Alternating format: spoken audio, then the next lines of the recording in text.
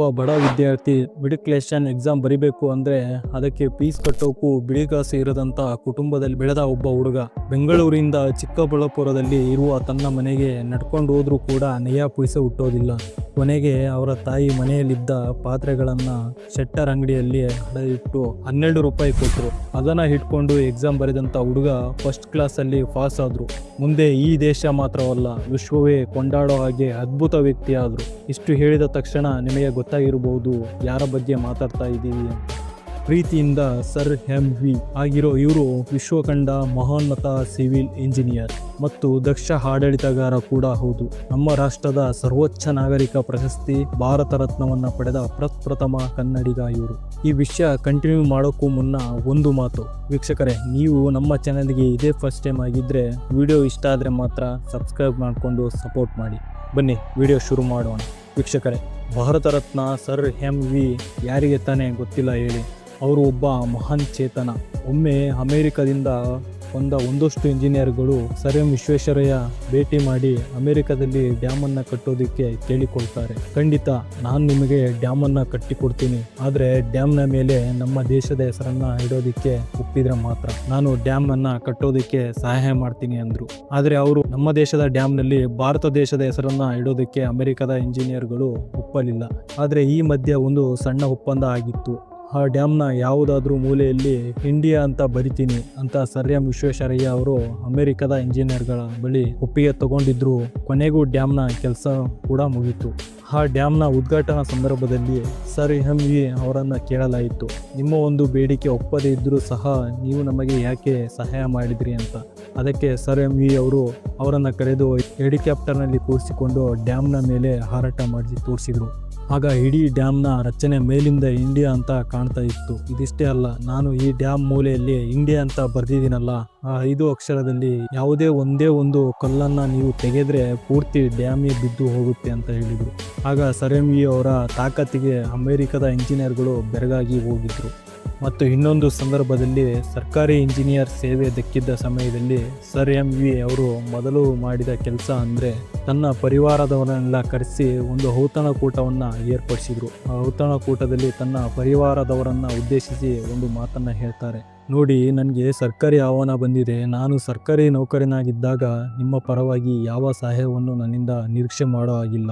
ಆ ರೀತಿ ಮಾತು ಕೊಟ್ಟರೆ ಮಾತ್ರ ನಾನು ಈ ಒಂದು ಸರ್ಕಾರಿ ಹುದ್ದೆಗೆ ಏರುವೆ ಅಂತ ಸರ್ ಎಂ.ವಿ. ಅವರು ತಮ್ಮ ಪರಿವಾರದ ಹತ್ರ ಭಾಷೆ ಕೂಡ ತಗೊಂಡಿದ್ರು.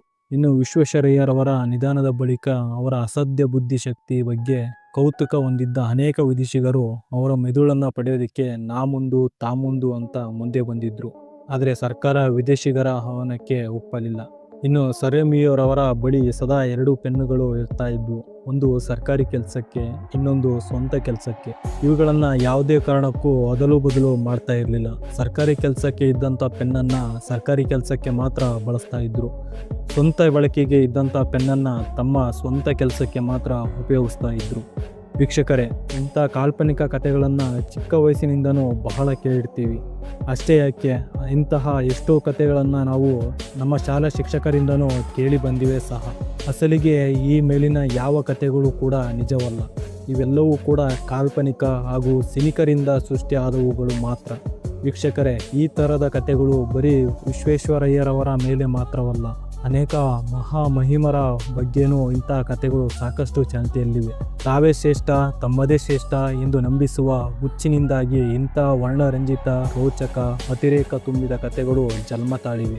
ಸರ್ ಎಂ ವಿಶ್ವೇಶ್ವರಯ್ಯನವರು ದೇಶ ಕಂಡ ಅಪ್ರತಿಮ ಹಾಗೂ ಅದ್ವಿತೀಯ ವ್ಯಕ್ತಿ ಎಂಬುದರಲ್ಲಿ ಯಾವುದೇ ಸಂದೇಹವಿಲ್ಲ. ಅವರು 1899ರ ಸಮಯದಲ್ಲಿ ಮೈಸೂರಿನ ಅರಸರ ಸಹಾಯದಿಂದ ಚೀನಾ ಹಾಗೂ ಜಪಾನ್ ಅಸಿಸ್ಟೆಂಟ್ ಇಂಜಿನಿಯರ್ ಆಗಿ ಪ್ರವಾಸ ಮಾಡಿದ್ರು. ದೇಶದ ಉದ್ದಗಲಕ್ಕೂ ಸಂಚರಿಸಿದ ಆ ಅಸಾಮಾನ್ಯ ವ್ಯಕ್ತಿ ಹೈದರಾಬಾದ್, ಸೂರತ್, ಬಾಂಬೆ, ಶಿಂಗಾ ಮುಂತಾದೆಡೆ ನೀರಾವರಿ ಇನ್ಚಾರ್ಜ್ ಆಗಿ ತಿರುಗಾಡಿದ್ದಾರೆ. 1907ರಲ್ಲಿ ದೂರದ ಅಮೆರಿಕ ಹಾಗೂ ಕೆನಡಾಗೆ ಸೂಪರಿಂಟೆಂಡೆಂಟ್ಗಳಾಗಿ ಹಾಗೂ ಇಂಜಿನಿಯರ್ ಆಗಿ ಹೋಗಿ ಬಂದಿದ್ದಾರೆ.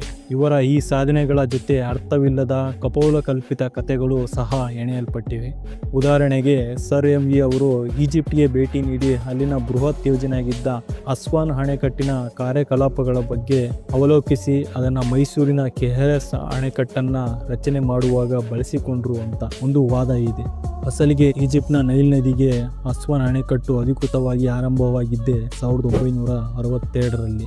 ಸರಮಿ ಅವರು KRS ಡ್ಯಾಮ್ನ ಕಟ್ಟೋದಕ್ಕೆ ಶುರು ಮಾಡಿದ್ದು 1911ರಲ್ಲಿ ಹಾಗೂ ಅದು ಮುಗಿದಿದ್ದು 1924ರಲ್ಲಿ. ಇನ್ನು ವಿಶ್ವೇಶ್ವರಯ್ಯನವರ ಈಜಿಪ್ಟಿಗೆ ಹೋದದ್ದು ನಿಜವಾದರೂ ಇನ್ನು ಅಸ್ವಾನ್ ಅಣೆಕಟ್ಟು ಬಗ್ಗೆ ತಿಳಿದು ಅದನ್ನು ಇಲ್ಲಿ ಇಂಪ್ಲಿಮೆಂಟ್ ಮಾಡಿದ್ದಾರೆ ಎನ್ನುವುದು ಸುಳ್ಳು.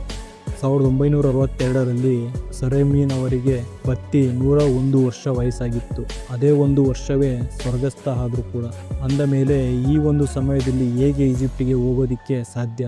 ಇನ್ನು ಅವರು ಕೆನಡಾ ಹಾಗೂ ಅಮೆರಿಕಗಳಿಗೆ ಭೇಟಿ ಕೊಟ್ಟಿದ್ದು ನಿಜ, ಆದರೆ ಮಿಕ್ಕ ಅಂತರಂಜಿತ ಕಥೆಗಳು ಸುಳ್ಳು. ಇಂತಹ ಹಲವು ಖ್ಯಾತ ನಮ್ಮವರ ಹೆಸರುಗಳನ್ನು ಇಂತಹ ಸುಳ್ಳು ಕಥೆಗಳ ಮೂಲಕ ಕೆಡಿಸಲಾಗ್ತಾ ಇದೆ. ಇಂತಹ ಕಥೆಗಳ ಸತ್ಯತೆಗಳನ್ನು ತಿಳಿದು ಅವುಗಳನ್ನು ತಡೆಯೋ ವಿರೋಧಿಸುವ ಪ್ರಜ್ಞಾವಂತ ಪೀಳಿಗೆ ಈ ಕಾಲಕ್ಕೆ ತೀರಾ ಅವಶ್ಯಕ.